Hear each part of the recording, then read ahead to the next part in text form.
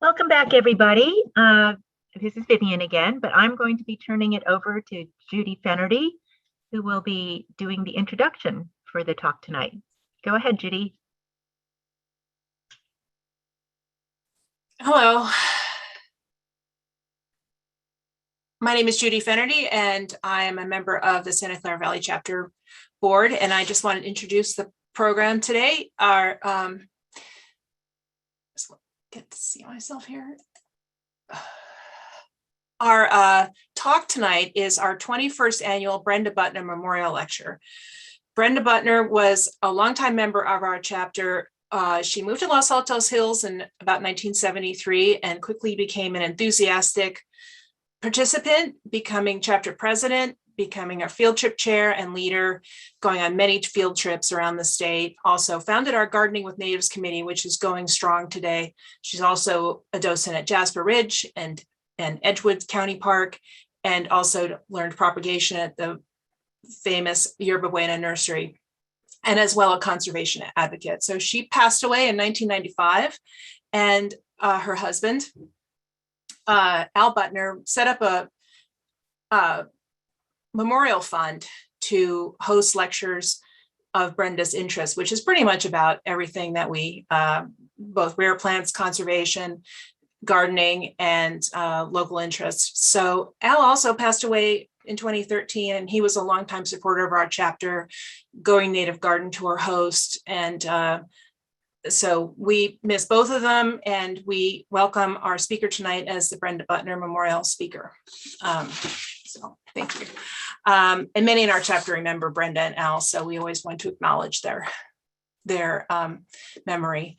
Michael Kauffmann, who we welcome tonight as our speaker, is a kindergarten through college educator in Humboldt County, where he lives with his wife and two young boys. He has served as an ecologist in the CNPS Vegetation Program, mapping rare conifers, including whitebark pine, yellow-cedar, Pacific silver fir, and bigcone Douglas-fir. And I know he's seen all of the conifers that you can see in California, probably. He is also the author of Conifer Country, Conifers of the Pacific Slope, and the Field Guide to Manzanitas. So we welcome him tonight. Thank you. Michael? Thanks, Judy. It's good to be here. I always love talking trees and mountains and wonderful plants. It appears that I cannot share my screen, though. I may have done the Zoom thing where I logged in with a different account, but that all being said, maybe somebody can give me that access and I can share my... You should be able to do it now, Michael. Sorry about that. Cool. It's okay. There we go. Okay, cool. So one of my favorite topics, like I was saying, is trees and trails, and also the Klamath Mountains.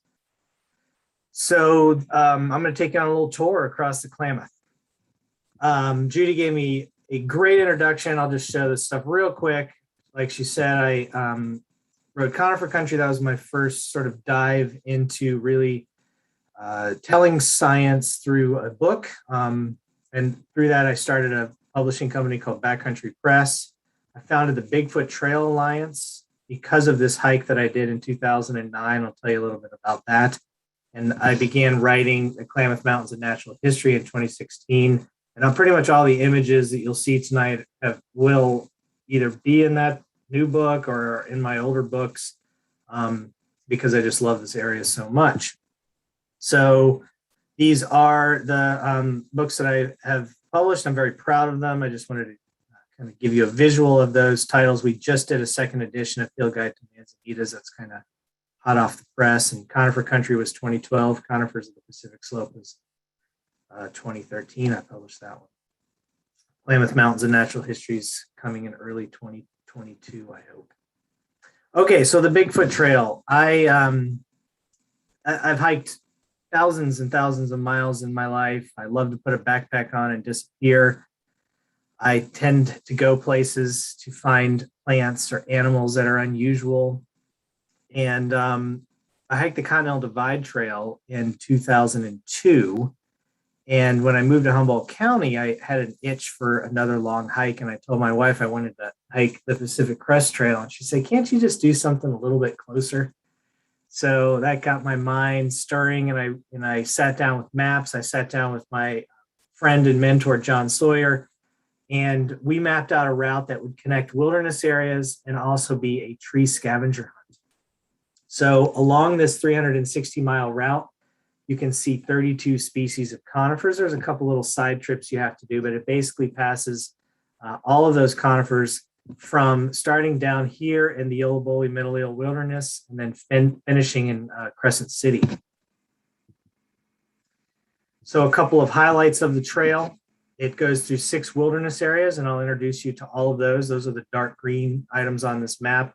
5 national forests, 1 national park, 1 state park, 1 national monument if you jump in the Pacific Ocean in Crescent City, and then 5 major watersheds. It's everything from the Sacramento to the Klamath to the Smith to the Illinois River in Oregon.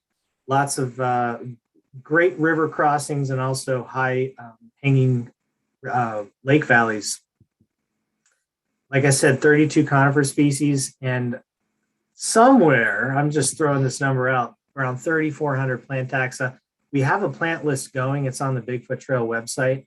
It's only about 2,000 species right now, and that's kind of a GIS exercise where we pulled in CalFlora data points, and this was 5-6 years ago. So that data has improved since then.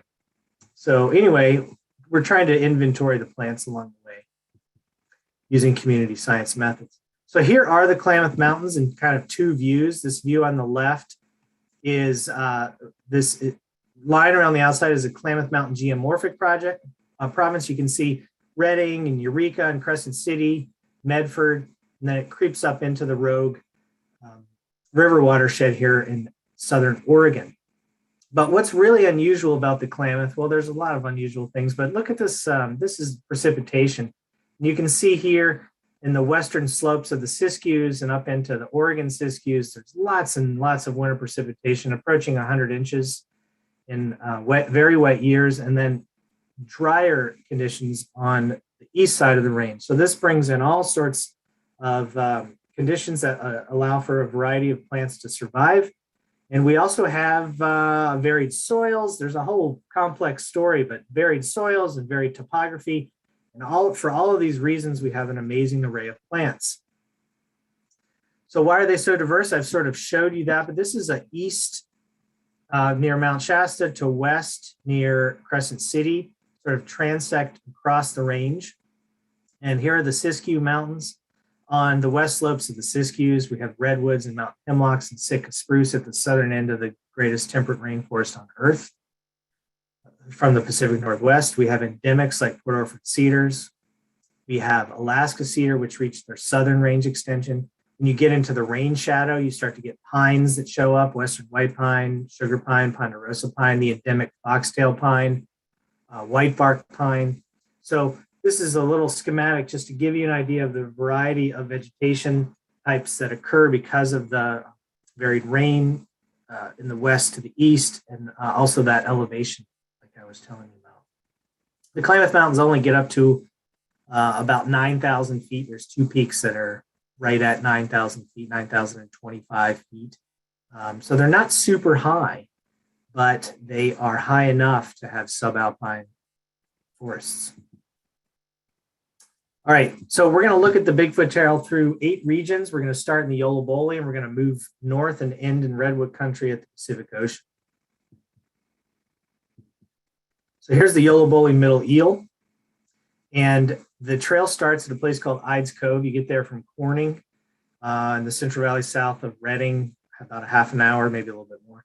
And from Corning, though, to get to this trailhead is about 2 hours. And there was a thru hiker that got an Uber ride to this trailhead once, and the Uber driver had never seen anything so wild. They lost satellite, but they got him there, gosh darn it, and they were able to start their thru hike at Ides Cove. So it's really out there. You got to make sure your car is in good shape to get there. So in 2009, I planned this hike, and I started in the Yolla Bolly Middle Eel with some buddies. My wife is next to me there. I'm in the orange. And I had some other friends from Chico and Humboldt County join me for the first couple of days. And this was a great launch. And this was also my first time in the Yolla Bolly Middle Eel. A great launch, great place to start.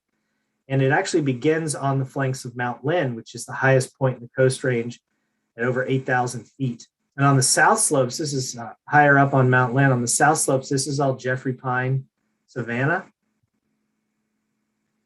Nicely spaced Jeffreys. There's even a few rare occurrences of western white pine, Pinus monticola, on both Mount Lynn and North Yolla Bolly Peak. And then the southernmost population in the Coast Range, Klamath Mountains, of the California endemic foxtail pine. So this, from this view, this is Redding is out here. You can barely make out Mount Lassen, just over there by the cone. So here's the range of foxtail pine. This dot got moved, but this is the population that we'll look at. So up on Mount Lynn, there's some sort of phantom dot that has occurred. I don't know what's going on with that, but we'll just ignore it for now. Cannot figure this out today.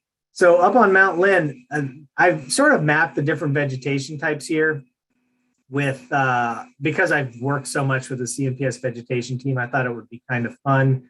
But up on Mount Lynn, so this is the stand of foxtail pines, and this little spot here is some encroachment. Let me show you what that looks like from. So this is the actual summit of Mount Lynn, and this is kind of a little bit lower, but this is where the foxtail pines are. So on Mount Lynn, from Mount Lynn, this is the stand of foxtail pines, and there's some encroachment into the stand from Shasta fir and western white pine. But basically, this stand survived the August complex last year. I was very worried about the stand because it's so small and so relictual. Most of this forest, a lot of this forest burned. It wasn't high severity. There was some high severity out here on North Yolla Bolly in this area, but most of the Yolla Bolly, from what I've seen, I haven't been there, seemed to fare pretty well, lower intensity burns during the August complex. Now, as you go further west, that's not the case necessarily. But thankfully, the stand of foxtail pine survived.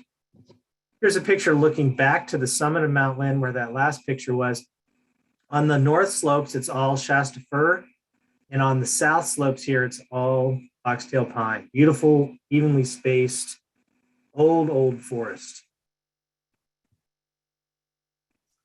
There's also some very unusual stands of western juniper in the Yolla Bolly Middle Eagle, and they only occur in a couple pockets. Soldier Ridge, which is kind of over near Covelo, and then all along the Bigfoot Trail, kind of scattered in the headwaters of Cottonwood Creek and the Eel River. Cottonwood Creek drains to the Sacramento, and the Eel River obviously flows to Ferndale, Fortuna here in Humboldt County. But all along this ridge, there's this really interesting habitat where it's dry enough that these junipers, which are a Great Basin species, have found a place to survive. And most likely it was due to some bird, maybe a Townsend solitaire, that was carried the seeds, pooped them out, and these trees over time have established a very small but healthy population in the heart of the Coast Range. Beautiful, beautiful incense cedar as well, ancient trees that have seen fire repeatedly over the centuries. And a couple of endemics. This is the Yolla Bolly bedstraw, Gallium ambiguum, subspecies ambiguum. And on this Gallium, in the summer of 2018, we found Gallium broomrape, which was pretty exciting find. This is, check it out, the range on Cal Flora. This is not very common species. And then these ridge lines, now this ridge line burned, and I think these trees are all dead after the August complex, but these generally these ridge lines have nice open sugar pine, ponderosa pine forests, and well-spaced trees. It was a little surprising to hear that this stand went up in the August complex, because I always felt like this was kind of the quintessential spacing that natural forests should have, based on the fact that the Yolla Bolly sees fire pretty often. But unfortunately, some of these ancient stands were lost. And then here's a view from North Yolla Bolly Peak. This is actually the southern tip of the Klamath Mountains. So about the first 15 miles of the Bigfoot Trail, it's in the Coast Range. And then you cross onto this rock type this is schist that helps define the Klamath Mountain geomorphic province. And these are all foxtail pines as well on North Yolla Bolly. And you can see in the background here, this is Black Rock Mountain. And I write up this area in my book, Conifer Country. This is a nice short day hike from a trailhead just kind of to the north of here. It's about a 5-mile hike to get up to North Yolla Bolly. And this North Yolla Bolly is the southern range extension of a species that's much more common further north, partridge foot. Pretty fun to see this Arctic, subarctic species growing in California. Relatively common in the higher parts of the Klamath Mountains, but the southern extent right here on North Yolla Bolly.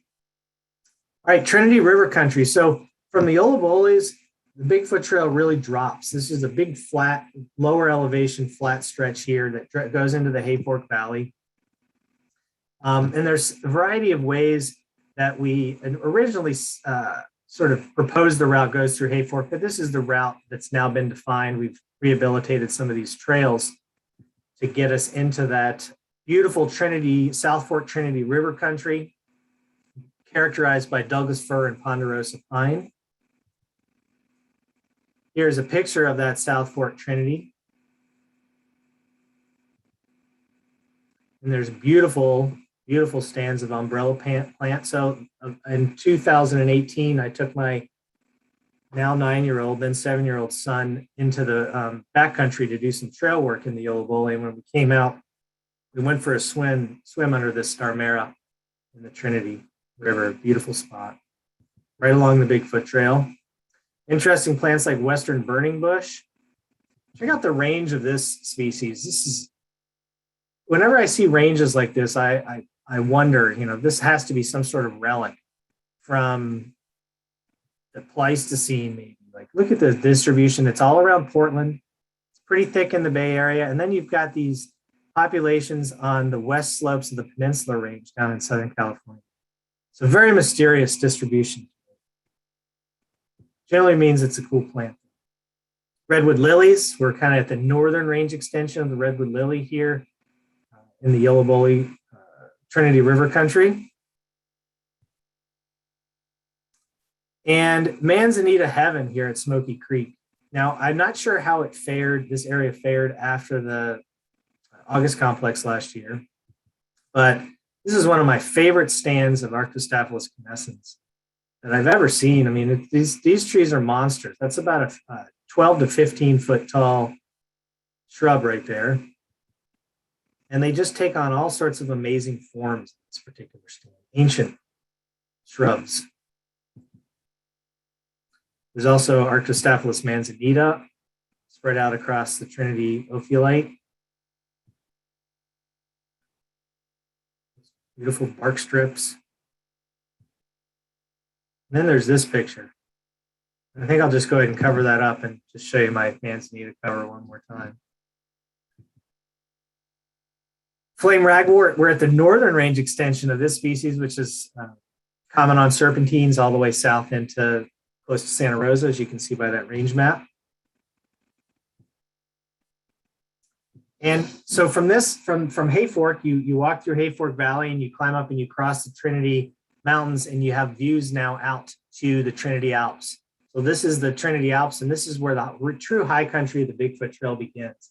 After you cross these beautiful lowland areas with ponderosa pine and all sorts of other beautiful gray pine, ghost pine, however you like to call that one, Pinus sabiniana, you finally reach the high country.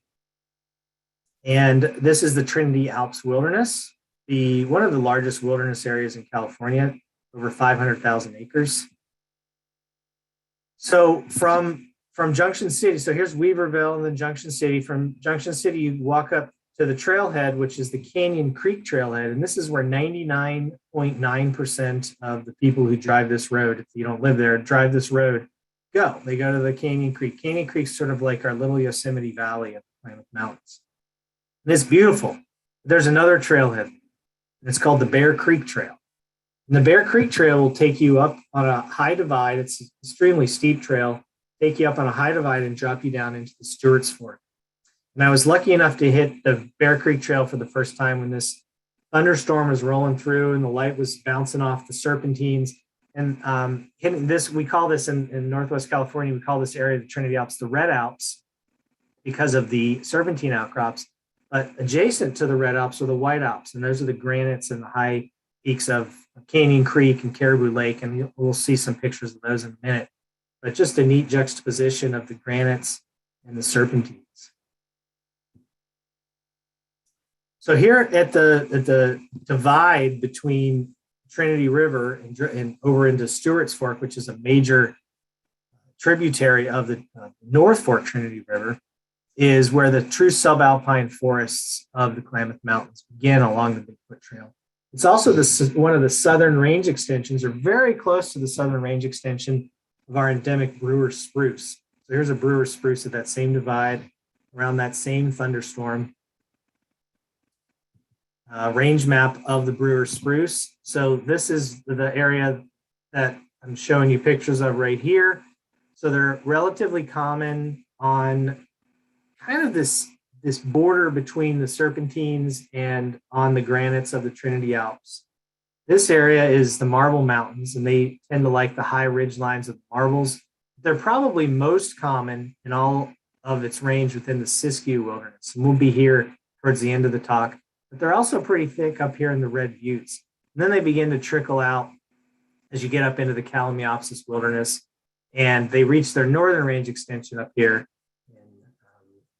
Can't see it because it's blocked by the little reader, but I think it's called, oh gosh, it's a mountain up in Oregon. Anyway, you can probably read it. So then, and I've done this trail multiple times. And in 2011, which was the last really wet year that we've had in California, as a matter of fact, I was in Sequoia National Park on June 1st that year. And we got over a foot of snow. And I was up in the Foxtail Pines on Alta Peak.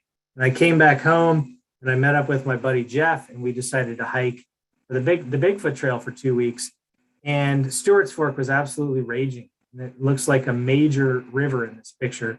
And it wasn't for this Douglas-fir that had fallen across Stewart's Fork, our trip would not have happened because we would have had to turn around. Now, I shimmied across this log on my belly. Jeff was a lot braver walking across it, so I had to snap a picture of him. We made it across the Stewart's Fork, and we stopped at I think this is now the 7th largest ponderosa pine on Earth, up at Stewart's Fork. I think it used to be ranked a little bit higher, but some new ones have been found. Regardless, beautiful tree, Pinus ponderosa. And this is adjacent to Morris Meadows. We sat in Morris Meadows for almost a day and dried off after the beginning of this trip, because it had been so wet as our adventure began. A beautiful meadow full of corn lilies and other wonderful plants.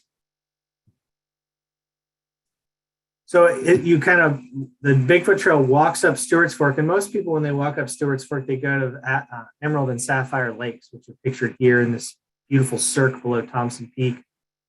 But the Bigfoot Trail climbs up a chaparral, montane chaparral south-facing slope. It's about 60 switchbacks.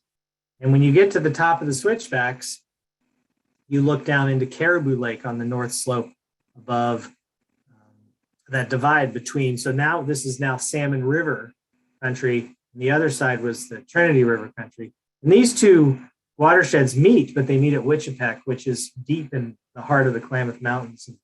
Not thousands, but about 100 miles as the water travels between those two divides. It's really an interesting spot. So here's Caribou Lake, and this lake is probably one of the more famous lakes in all of the Klamath Mountains outside of the Canyon Creek lakes. And around this lake, this was the first time I had ever seen this species, common juniper, Juniperus communis. It's one of the conifers that doesn't grow very tall. It can get shrubby in appearance, but mostly in the Klamath, it grows pretty flat and prostrate around granite lakes like this. And then you can also find it on the serpentines of the Josephine ophiolite over in Del Norte County, but pretty uncommon conifer throughout California. But it's circumboreal. It grows all around the northern hemisphere. So much more common as you move north So when you drop out of the Caribou Lake Basin, you then get into the, like I said, the Salmon River country, and this is the view from Packers Peak, and Packers Peak is the highest point along the Bigfoot Trail, and it's covered in foxtail pines. And I think it has one of the most spectacular views in the entire range. It's really interesting the way it sits at this high point where you have a view of the high Trinity Alps, but then you also have this view to the north and to the east and to the west out across the entirety of the Klamath Mountains, all the way to that coastal haze that you can see off here in the distance. Now, on top of Packers Peak is the type locality for Tracy's Penstemon tracyi. This picture is not from Packers Peak, it's from nearby, but my friend Christian Schwartz took this 2 summers ago, and I just think it's one of the most stunning pictures of it that's ever come out of the Klamath Mountains. You can see here in the background, this is the last glacier in the Klamath here below Thompson Peak. This is called the Grizzly Glacier, and not to get too depressing, but it's probably going to be gone in 2 years. But it almost winked out this year, but it appears these early snows may have saved it for the time being based on some satellite imagery my friend Justin was able to track down. But regardless, what a beautiful plant, what a beautiful view. And it was, again, described for the first time, at least my understanding, it was described for the first time near the summit of Packers Peak. I guess you kind of have to get up there for the Packers Peak population, you kind of have to get up there in late May, early June to see this in bloom. And I guess Christian took this a little bit later in the summer. I'd say late June, maybe early July. This is a little bit higher elevation. You also get more influence from the Great Basin. This is Mountain Mahogany, Cercocarpus lirifolius, from the summit of Packers Peak. And this is that view that I was talking about more, looking south and southwest into the highest peaks of the Trinity Alps. Here is Thompson Peak here with the glacier. And there used to be a glacier here called Salmon Glacier until about 4 years ago, and that one collapsed. It's now just a snow field when we're lucky. So from Packers Peak, you drop into this little known area of the Trinity Alps. Hardly anyone ever goes there. It's called Rush Creek Lake. And this summer I was lucky enough to go back there with my son and an excellent crew of trail workers. And we rehabilitated about 8 miles of trail. It's not super botanically interesting, but there's some just beautiful views and big meadows.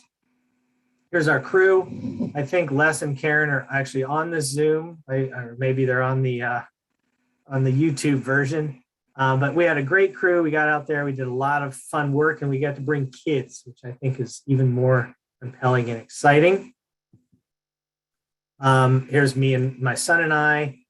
Here again is the Grizzly Glacier, the Salmon Glacier, what used to be the Salmon Glacier, and some of the higher ridges of the Trinity Divide between the Salmon River and Trinity River.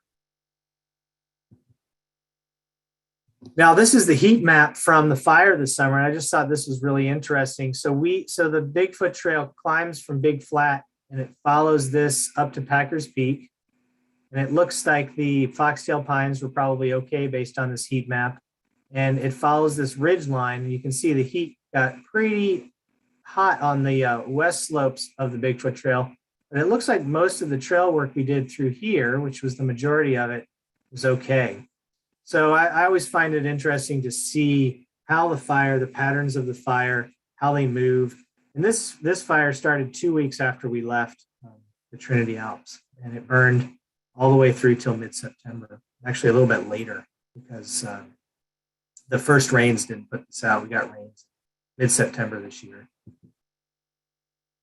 And here's some of those meadow complexes I was talking about as well. And this slows the movement of fire too, obviously. All right, so moving north into the Russian Wilderness. And the Russian Wilderness is one of the smallest wilderness areas in the Klamath Mountains, but one of the most botanically diverse. So it's near Etna on Highway 3. And there are amazing views from the Bigfoot Trail through here. This is Mount Eddy, which is the highest peak in the Klamath Mountains. Mountains. It's in the Scott Mountain area, and then obviously Mount Shasta. Most people have heard of Mount Etty or at least seen it as you drive I-5. It's kind of the peak that you see as you pass Dunsmuir heading north, kind of near, very close to the town of Mount Shasta. Easy access too. There's a trailhead on the Pacific Crest Trail, Parks Creek Pass, and you can walk in nice and flat on the Pacific Crest Trail to get into some of the lakes, the Deadfall Lakes. You can see foxtail pines pretty easily, which is my favorite conifer. That's why I keep talking about them. Great place though, great, botanically spectacular as well. So here's the headwaters of Russian Creek, which drains into the Salmon River. And this area became famous in at least botanically famous, maybe not that famous, but famous to some of us. In 1968-69, when Ledyard Stebbins contacted John Sawyer and Dale Thornburg at HSU, and he said, hey, I think there's some rare conifers up there. Why don't you go check it out? I've heard about Engelmann spruce. So they came up here. Sawyer and Thornburg came up here. They checked it out. They found the Engelmann spruce. The next year, they went over to Sugar Creek on the other side. This is Russian Peak up here. They went into Sugar Creek on the other side, and they found subalpine fir for the first time in California. And they started to kind of piece together on the map, and they looked at a square mile, and they said, you know what? I think we got 16 or 17 conifer species in this 1 square mile. And they called it the Miracle Mile. And it's still, as we know it, the most biodiverse temperate spot for conifers in the world. Now, there's some subtropical stuff in New Caledonia that I think blows this out of the water.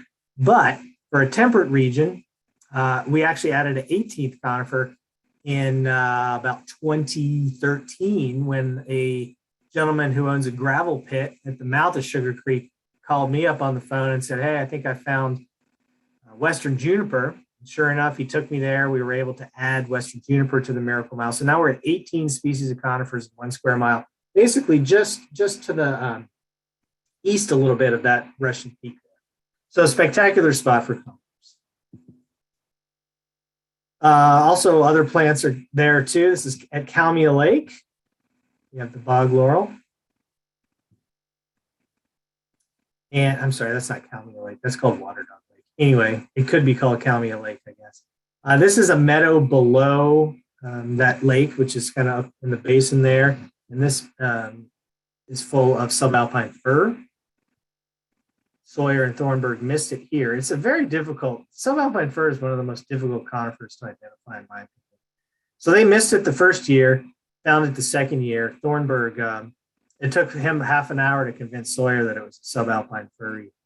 So, but they're there, right? And then here's the Engelmann spruce at Blake's Fork. This is my buddy Jeff Kane. He's a fire ecologist at Humboldt State now.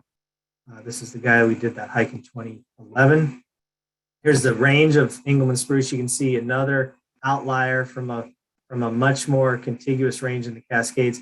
And this really subalpine fir and Engelmann spruce, they pretty much overlap throughout the Rocky Mountains. If you see a subalpine fir, you're going to see an Engelmann spruce, and they're often growing in these pockets together along high elevation ridge lines, but not so common in California. And then here we have, we're going to take you before we go into Oregon and start heading to the coast, we're going to go into the Marble Mountains. And the Marble Mountains are spectacular. It's probably my favorite wilderness is the Siskiyous, but the Marbles are my second favorite wilderness in Northwest California. And what's so special about this stretch is you start at a low elevation. You start on the North Fork of the Salmon. And so when Jeff and I did this hike, one of the stipulations for my wife was, hey, if you hike closer, I'll be able to come see you on weekends, bring you food, all that stuff. So some friends, including my wife, met Jeff and I on this hike at Idlewild Campground on the North Fork of the Salmon. Jeff was reading Moby Dick on the whole trip. He actually gave them the book after this meetup because he was like, why am I carrying this giant book? Anyway, good times, sitting around playing games with friends, putting on a little bit of weight again. And then you enter the marbles at a really low elevation. I think it's maybe 2,000 feet. And that's pretty unusual in California to have low elevation wilderness protected. But this is about a 14-mile hike in low elevations through some of the most spectacular forests left in Northwest California. With those low elevations come rattlesnake sightings. And then you might notice here that there are aspen and also a bear, obviously.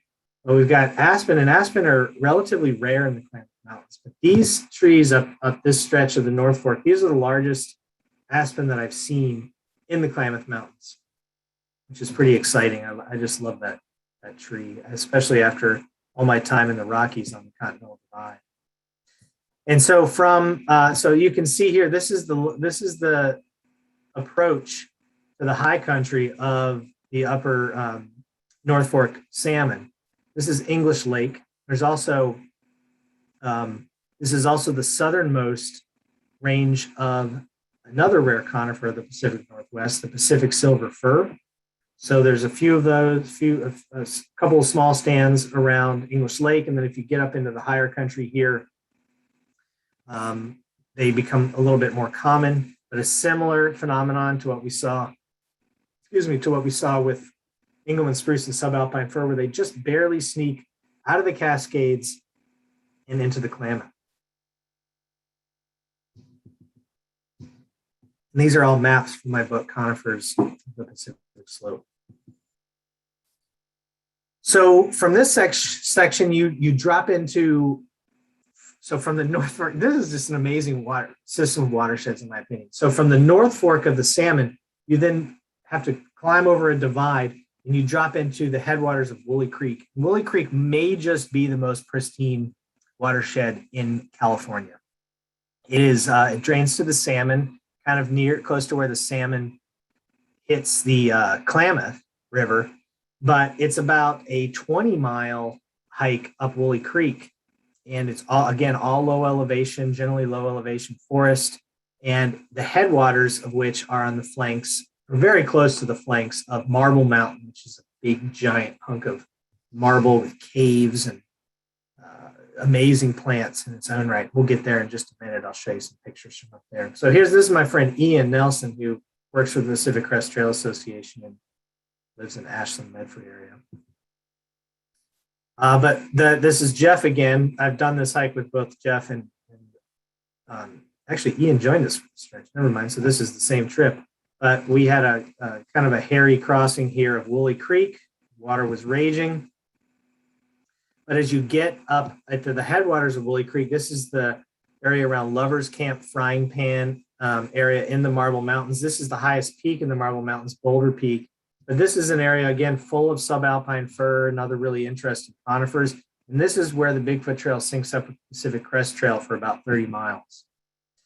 And we decided we needed to climb Marble Mountain, and the hills were alive here with all sorts of beautiful plants, including this paintbrush, as well as this interesting paintbrush, which this was the first time I'd ever seen the split hair paintbrush, Castanea. And here's the summit of Marble Mountain. This is actually black marble, and then the ridge line of Marble Mountain itself. You can see this diagnostic and distinctive marble. But because of this unusual soil type, it's another great place to see foxtail pines because of the lack of competition. Here's some other foxtail pines scattered. You can see where the soil is better, you get a lot more firs, but on this open, poorer soil, foxtails are the only ones that survive. And then there's big meadows as you pass the flanks of Marble Mountain. The northern marbles are along the Pacific Crest Trail are, in my opinion, some of the most impressive meadows within the Klamath Mountains. High elevation meadows, I should say. Covered in shooting stars, primula species. And then bear grass and some of the more recently burned areas. This is a fire follower.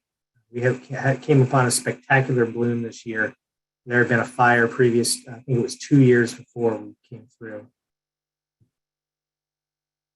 All right, so from here you drop down into the Klamath River, you cross the Klamath River at Syed Valley, and you climb up into the Red Buttes Wilderness, and the Red Buttes straddles the Oregon-California border. So here's a view. Most of the preserved Red Buttes Wilderness is in California, and there's a little stretch here in Oregon. It's close to Oregon Caves. As you can see there, there's actually a trail boundary trail you can jump up and get into this area from the Oregon Caves. You can mountain bike it too, because it's not in wilderness. I've heard it's a great mountain biking trail.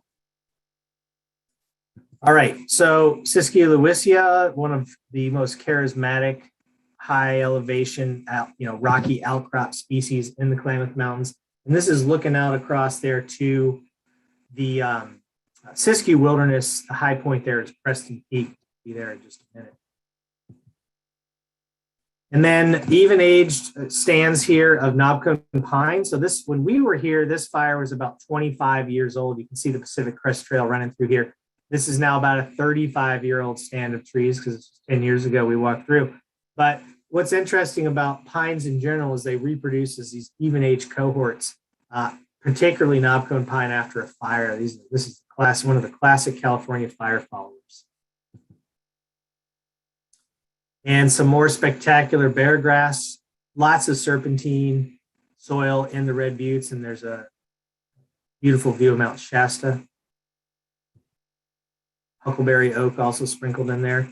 In the headwaters, this is the headwaters of the Applegate River. This is a small relic stand of yellow cedar, Calotropsis nucensis. This is a Pacific Northwest specialist, one of the largest by volume conifers on Earth.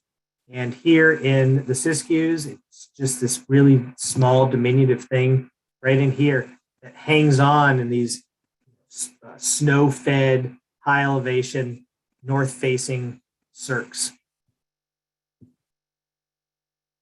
And then here's a view from the ridgeline looking down into the Applegate River, which drains to the road. It's a whole different watershed up here. Classic ridgeline walking in the Red Buttes. So here's the peaks of which the wilderness is named. These are the two Red Buttes. You can see all these serpentine outcrops, but classic stuff is these south-facing montane chaparral slopes meet these north-facing subalpine forests. A lot of this south-facing chaparral has burned since these pictures were taken. There were several fires that moved through up here, 2014 and 2017.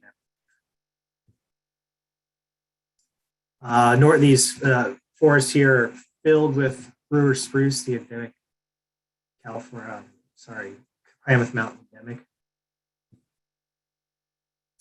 And I used to show this picture. This is sort of the classic forest that had seen too much fire suppression. You see all the young firs growing up. You've got the brewer spruce. You've got Douglas-fir, old Douglas firs. There's some sugar pines in here. And this forest, last year, so in 2020 was the Slayer fire. This was the fire that started in Happy Camp, and it raced up Indian Creek. Something like 200 homes were lost, and it eventually crested into Oregon. And I believe a lot of this forest was burned, including Oregon's champion incense cedar. This is really an interesting way for a tree to die. It seems to have burned from the inside out.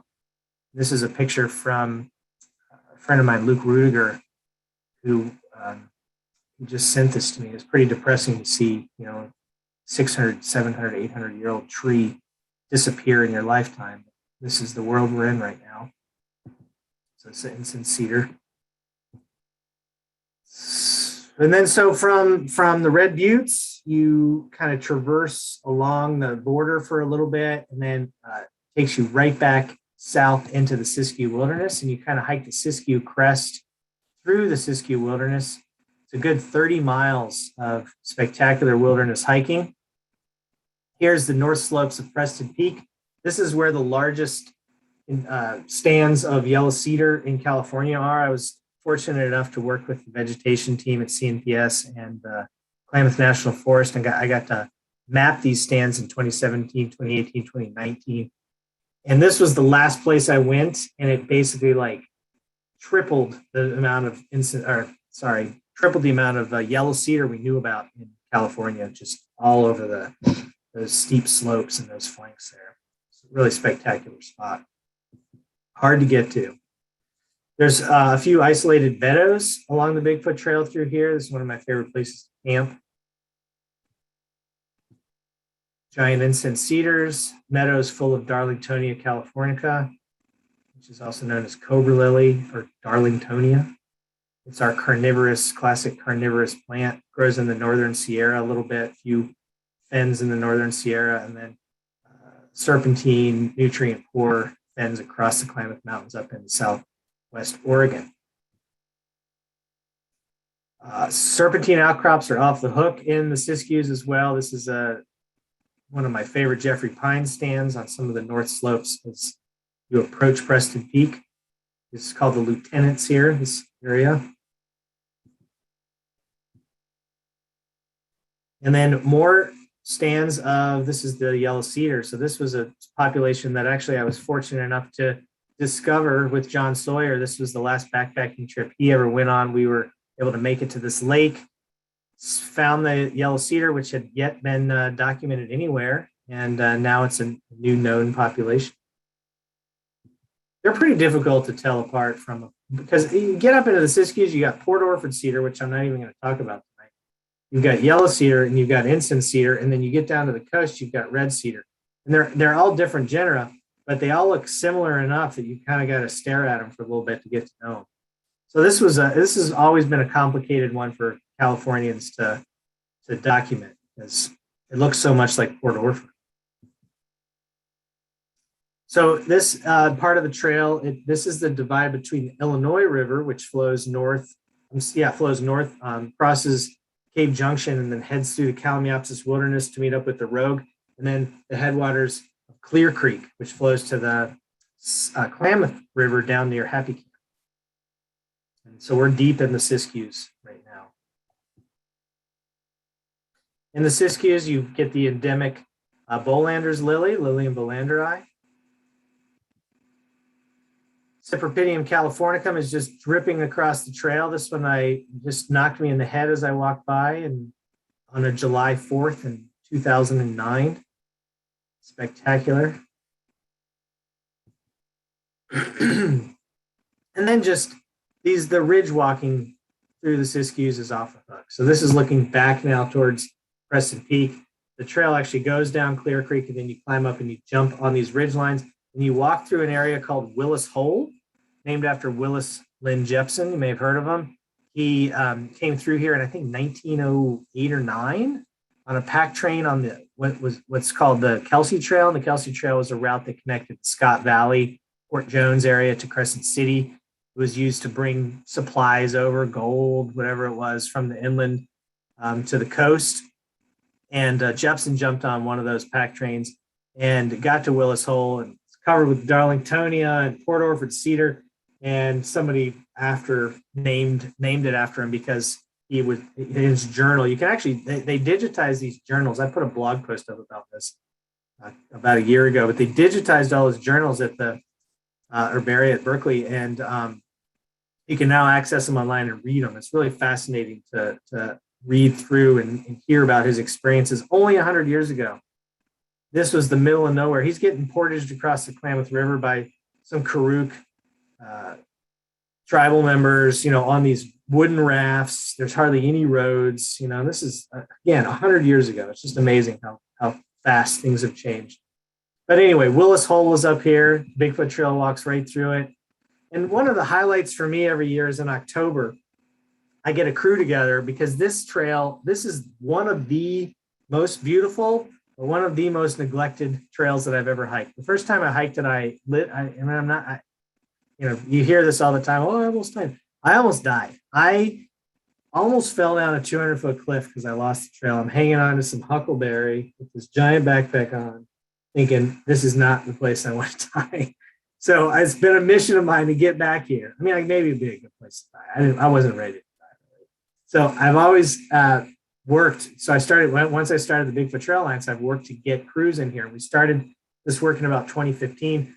And the last 2 years, actually not last year because of COVID, but the year before. And this year we've brought a crew of backcountry Corps members from the California Conservation Corps. So they do a 6-month season.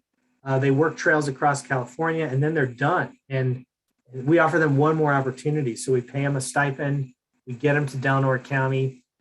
We give them tools and we hike in with them and we work this super isolated stretch of trail. So this was our crew in 2019. This is our crew in 2021. They're just amazing kids. I mean, the stories they have to tell, right? And I've got one of them here for you real quick. I'm going to show you a video in just a second, but we bring these cats back there. 2019, we got dumped on, we got snowed on. They weren't bummed out at all. They loved every minute of it. We climbed up into the mountains. We retreaded this Kelsey Trail. This is the trail that Jepson walked. You know, it was built in 1850 by Chinese laborers. And we are rehabilitating this route, something that the Six Rivers National Forest just does not have the capacity to do. So here's some before and after of the work we're able to do clearing this trail. And while we're back there, we're teaching them. I know we're talking about how you do trail work, jobs you can get, college career experiences. And of course, I'm preaching about all the amazing conifers and other trees around. So I just want to take a minute, and this is Kate Ashford, and this was this year. She told me this story and I just got goosebumps. So I just want to play it. Actually, I don't know that I set my video to sound. Hold on a second. Here we go. Share sound. All right, let's try this. 2021, I applied for the Backcountry Trails program. Is that working? And I spent my season split between Yes. the Klamath National Forest and Stanislaus National Forest. And I really fell in love with the Klamath. We spent some of our time in the Siskiyou Wilderness, and I had honestly been struggling for like the first month and a half. But when we were in the Siskiyou, there was a moment that really stuck with me. Our sponsor took us up on a hike on this ridge, and it was a beautiful ridge. It was full of like this green soapstone rock, and there were just like all these really, really gorgeous hardy plants that were just growing through the cracks in the rock. And we climbed up this ridge, and I looked to the side, and like there were these really cool, like I'd been trying to like identify the trees the whole season, but we saw these cute little spruces just drooping off the side of the ridge, and like I don't know, I kind of lost it. I got really excited. Like, I'm a really bad hiker, but I like sprinted my way up past like all my crewmates to go and look at these like neat little trees, and I don't know, and we just kept like hiking along this ridge, and like we saw like all these different like species of fir and like all these pines, and like there's just so many really cool trees, and I don't know, it just kind of like really clicked with me, like just how much I loved plants, and like how like maybe I don't love trail work. I mean, I do really enjoy trail work, but like how this program, like the Backcountry Trails program, like kind of like clicked and helped me realize like, dang, like I can go out and I can find all these like really cool plants that I love, but I only ever saw in pictures and like books and on the internet and stuff. Like it was a really, really cool moment. And I think that like, I don't know, kind of. So I don't know. I just, it warms my heart when, you know, somebody who grew up in the inner city didn't have a lot of experience with plants, and all of a sudden she's like falling in love with these things in the backcountry. So anyway, it's a very rewarding experience, clearly, for all of us with the Bigfoot Trail Alliance every year when we get to meet these young adults and take them into the wilds of Northwest California. So the trail ends in redwood country. I'm sure you've all heard of a redwood, but there's also some amazing Manzanitas in Northwest California, particularly on the Josephine Ophiolite in Delaware County. This is Dylan Burge. He and I went here, this was years ago. He and I went here and we identified 4 species in this one little spot, 2 of which grow nowhere else, Nortensis and Hispidula. They only grow in Delaware County. Actually, Knightii too, that's an endemic subspecies. So I guess 3 of the 4 only grow there. Here we are in Prairie Creek along the Grove of the Titans. This trail got rebuilt this year because of the fame of these giant trees. And I haven't actually been back since they've rebuilt it, but it's supposed to be really nice now with some boardwalks around some of those giants that became famous in the Wild Trees book. Sequoia sempervirens, of course. And then it ends on Crescent City Beach, South Beach right here. Here I am. I fell asleep, called my wife, fell asleep, and then she woke me up when she got there and took me out to about 4 dinners after this hike. This was my first through hike in 2009. I think I ate quite a bit after that. So anyway, I'm just going to finish with a couple of things that's happening with the Bigfoot Trail.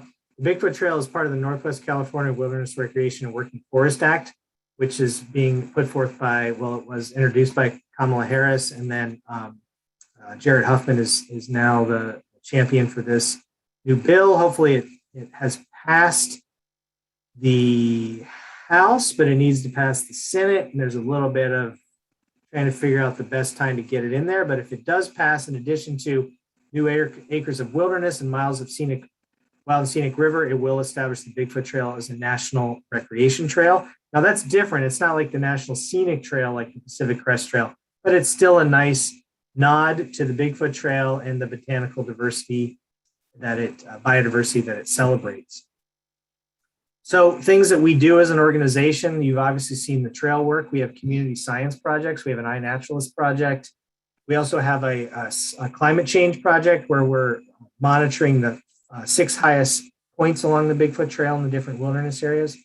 We have a youth education project that I've just started. We have lots of partners, including Del Norte Trails Alliance, Siskiyou Mountain Club, Backcountry Horsemen, and then various national forests, including the 6 rivers, Klamath, Shasta, Trinity, and Mendocino. And this is one of the things I'm most excited about. This is a new grant that I got from the S.H. Cowell Foundation that is funding collaborative efforts. And we've developed place-based curriculum in small rural communities along the Bigfoot Trail. We're now getting into classrooms, implementing this curriculum, and connecting these small communities through these community science projects. We even have a fabulous unit on plants of the serpentine landscapes in Northwest California. So that all being said, what can you do? If you want to get involved, take a long or a short hike. I've got resources on the website, bigfoottrail.org. Tell a friend about it. Join one of our community science projects. We've got an email list. And maybe you even want to become a member of our burgeoning nonprofit. So with that, I'm going to stop sharing, and I think we'll take some questions. That was great. Thank you, Michael. You're welcome. Very inspiring. I'm glad things survived pretty well through the fires, or somewhat, but we had a few questions. So I just want to remind our YouTube viewers, you can also ask questions, and we will also ask Michael. So one thing that strikes me, we had talks about trails before. I'm wondering, are you worried about increasing traffic on the trail, causing impacts, people cutting firewood? If you mentioned that, I may have missed it. Yeah, that's a good question.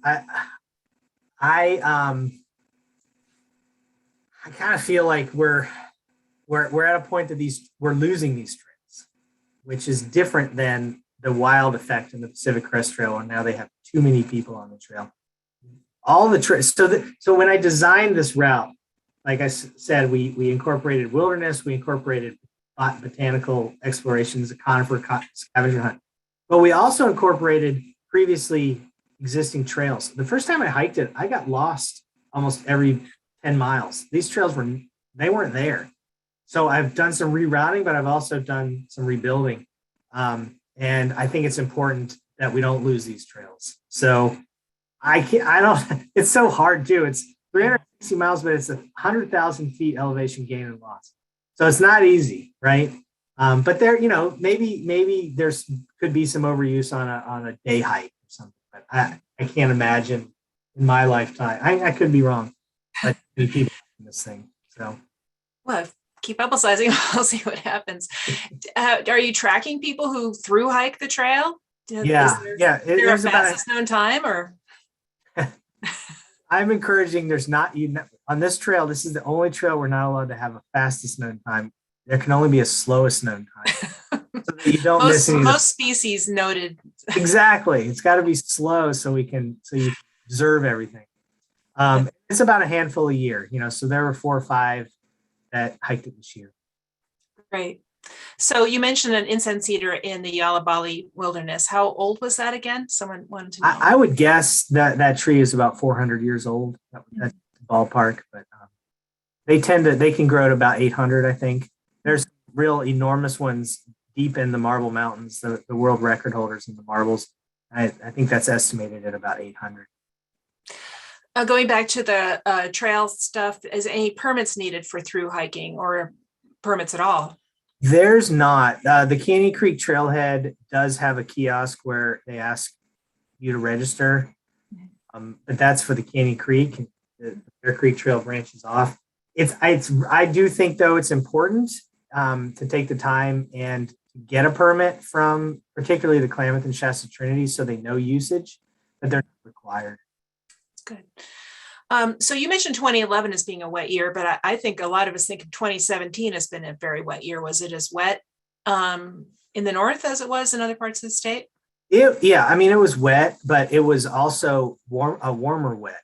So, we were getting, we got a foot of snow when we started on the summer solstice that year in the Trinity Alps. And 2017, it rained, it precipitated late, but it was rain.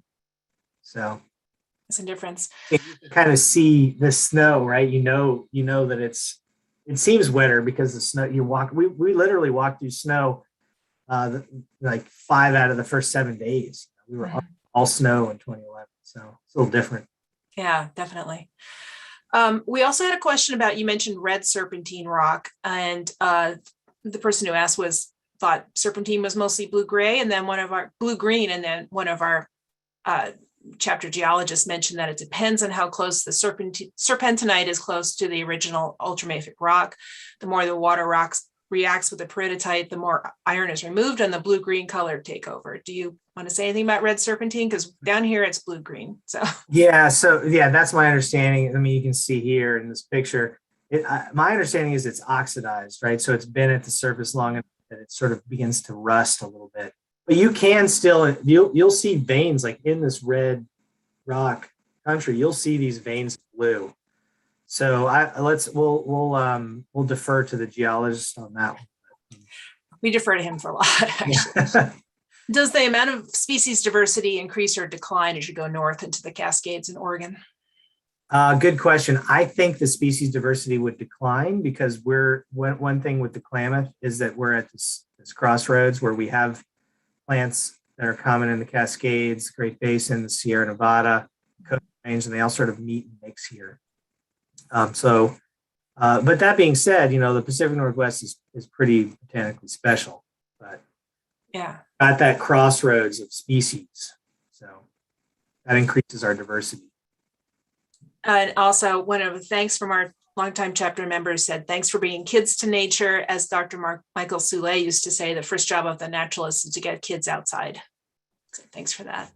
Yeah, you're welcome. I'm a lifelong educator. My top level goal is to connect people to the natural world. So it's kind of makes sense to. Yeah. It's a real different skill to teach kindergartners in college. So that's impressive. I have to say, I struggled the most with kindergarten and first grade, but now I've had a kindergartner and a first grader, so I'm a little bit better. But yeah, it's tricky. But there's a lot of similarities too. The college kids won't write their name on the paper, and the kindergartner won't write their name on the paper when they turn it in. So, someone wanted to know about the large manzanitas, how old those might be. That's a great question. I really don't know. I would imagine 100 years, but that would just be my wild guess based on the size of the base. But I am the lead author for Field Guide to Manzanitas, but Vasey and Parker were my mentors, and rather than them arguing about who should get the lead author, they just went with me since I inspired the book, and alphabetically I came first. But they're the experts, so yeah, that'd be a good question for them. I know that Parker loves Senescence. So that's one of his favorites. So it's such a wonderful book. Thank you. Everybody has one, I hope. So let's see. Someone asked, someone started the Bigfoot Trail in 2011, but never finished it. Can you discuss more about the location of the Miracle Mile or Sheer Links? And I think. Yeah, so we did a Fremonti article on it a few years ago. We published a map. Because Eric Jewell's lab at Humboldt State, they went back with and revisited the Sawyer-Thornburg plots, looked for changes in those plots, and they found some significant changes. I won't go into major details, but there was a Fremonti article. So, you can look at that archive. I think that was 2016 or 17. So that's on the CNPS website, and we have the map there.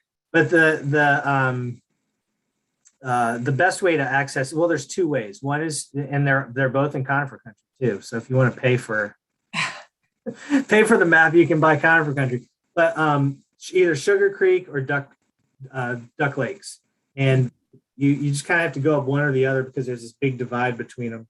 I've gone over it once. It's not a lot of fun. Kind of the classic spot is to go to Big Duck, Little Duck, and you can't see the new juniper discovery if you go that way, but it's a lot easier to get up on the ridge lines and see the foxtails and whitebarks. And I recommend it as a day hike because that area gets a lot of use. But a beautiful place to go. So Big Duck Lake, Little Duck Lake. Sugar Creek's great too because not as many people go there, and it's a more mellow hike. It's less elevation gain. I actually went in there with Sawyer right before he passed away. I mean, he was able to get all the way up in there. So yeah, that's a good one for kind of more access for all. Actually, I'm reminded that our chapter has had Santa Clara Valley chapters had a couple of backpack trips up there to Duck Lake. So we love going to Mount Eddy as well. Yes, chapter trips up there. So and our geologist reminds us that the cedars in Sonoma County, which we've also been to, are red serpentine as well. So yeah. So yeah. I'd love to go there. Next time you all go, please invite me. That's a bucket list for me. Well, we'll do our best. It's pretty cool. Yeah. Does your work with young adults include teaching them how to behave and store food in black bear habitat? I'm betting you have it covered, but we're just wondering how you work with kids on that. Yeah, it's interesting. The Klamath Mountains. I started my sort of career as a California backpacker in the Sierra and the transverse ranges. I used to teach for Los Angeles County. And yeah, you had to be hyper aware of bear. And it's only in the last couple of years that bears have become a problem in the Klamath Mountains. And it's only in really a handful of spots around Weaverville, Canyon Creek, some of the Stewart's Fork, where bears have become habituated to humans not storing and protecting their food at night. So yeah, this is a new thing for us up here. It's really, like I said, interesting. But yeah, that's part of it, right? We're hanging food. We're teaching them about leave no trace. Leave no trace is huge. Mm-hmm. It's like there's something with COVID and more people wanted to get into the woods and nobody knew how to poop without leaving your toilet paper laying in the middle of the trail. So, I mean, that's a little bit of an exaggeration, but not really. So yeah, I feel like we're in a moment of rebranding Leave No Trace and reteaching and really getting the word back out about wilderness ethics. So yeah, we're working on that too. The more people, the more issues with bears, it seems like always. Yep. Yosemite's done great in trying to mitigate that, but yeah, they have. Something. So where are the resupplies along the trail? If you're planning. Yeah, good question. Hay Fork is a great one. Junction City, you can, there's a post office there and a little general store. That's only a day away from Hay Fork. And then in the middle of the Trinity Alps, I mentioned the Trinity Alps is one of the biggest wilderness areas in California, but there's a bunch of weird little roads that are cut up into them. And one of them goes to Big Flat. And there is a woman there who owns a little resort, Mountain Meadows Resort. And she will actually if you mail them to her, she'll bring your packages up and you can stop in Mountain Meadows. And that's at the base of Packers Peak. So you can resupply with her. When you get into the Salmon River country, you can hitch over to Etna. That's a big resupply town for the Pacific Crest Trail. Then it's a haul to get over to Syed Valley, which is another Pacific Crest Trail town. And then from Syed Valley, it's Crescent City. So you have to do 8 nights. Or you can hitch. There's a road. You do cross one road, and Happy Camp O'Brien Road on the Oregon-California border. So you could hitch back to Happy Camp, but most people do an 8-night stint where they pack all their food from Syed Valley to the ocean. The talk tonight was on botanizing, but I'm sure we could go deep on all the mechanics of the actual hike.